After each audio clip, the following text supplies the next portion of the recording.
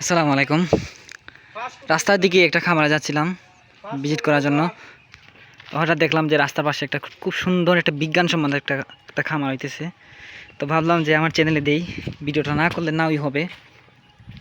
যে লোক করতেছে সে আসলেই বুদ্ধিমান, সে আসলে একদম বিজ্ঞানসম্মতভাবে করতেছে। যে দেখেন আপনারা, মানে এর চেয়ে আর মানে ভালো পজিশন আমি আর দেখি না। ও আমার চেয়েও আমাকে ফিল করে লিছে। এই দেখেন এখানে মানে মধ্যখানে স্টিল দিয়ে এই যে দেখেন উপরে সিস্টেম করে দিছে, আর নিচটা ফুল ফ্লোর। আর এই যে দেখেন আপনাদেরকে আমি বলি, এই যে দেখেন এই যে গাঁথনিটা দিছে না, এটা হচ্ছে এক ইট দিয়ে গাঁথনি দিছে। সবসময় এক ইট দিয়ে গাঁথনি দিবেন, এক ইটের উপরে কিন্তু গাঁথনি দিবেন না আপনারা, ঠিক আছে? এই যে কত সুন্দর একটা, আমার মনে হয় যে 10 ফিট উচ্চতা দিছে, এখান থেকে 10 ফিট উচ্চতা দিছে। আর এভাবে মনে হয় 20 ফুট, ঠিক আছে, পাশে অর্থাৎ পাশে 20 ফুট।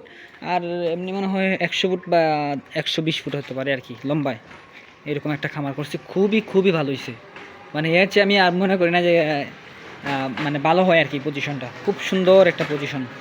যে দেখেন এক ইট দিয়ে গাঁথনি দিচ্ছে, আপনারা সবাই এক ইট দিয়ে গাঁথনি দিবেন। আপনারা অনেকে এখানে 3টা 4টা ইট দিয়ে এইভাবে গাঁথনি দিয়ে উঁচা করে লান, তাহলে কিন্তু মুরগি আর মানে হইব না, সমস্যা হইব মুরগির। যারা ফার্মি মুরগি, সোনালী মুরগি, টাইগার মুরগি লালন পালন করেন, সেমভাবে গড়টা বানাইবেন। এই যে দেখেন খুব সুন্দর একটা ঘর হয়েছে।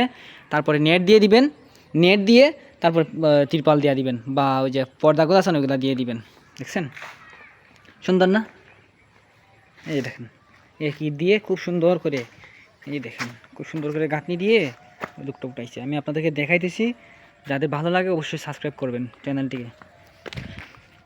আর যারা ফেসবুক থেকে দেখতেছেন অবশ্যই ফলো দিবেন আমাদের সিলেট হ্যাচারি অ্যান্ড পোল্ট্রি ফার্মটিকে।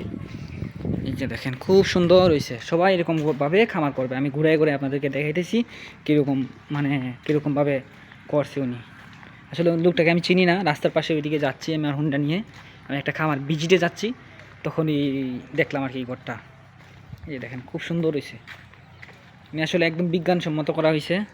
এখানে হচ্ছে এদিকে মনে হয় দরজা রাখবে উনি, আর এখানে খাবার বা পানির পাত্র রাখবো এখানে, বা পানির ব্যবস্থাটা এখানে করব। এই যে দেখেন খুব সুন্দর জায়গা, সেই হয়েছে। এখানে খাবার বা মানে বস্তা আছে না, গুড়ার বস্তা বা শুকরের বস্তা, খাদ্য বা প্লেট এগুলো রাখবো এখানে, বা একজন লোকও থাকতে পারবো।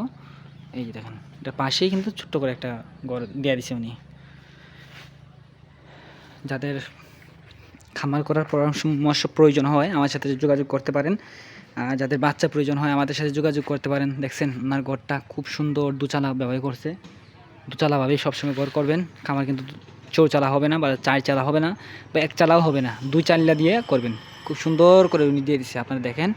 দেখা আপনারাও যারা করতে চান ওইভাবে করবেন। এটা মনে হয় 1700 বা 2000 স্কোয়ার ফিট হবে আর কি এরকম।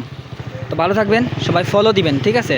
Subscribe, follow, like, comment, share করবেন, যাতে মানুষ শিখে বুঝে দেশের উপকার হয়, ঠিক আছে? অবশ্যই সবাই শেয়ার করবেন।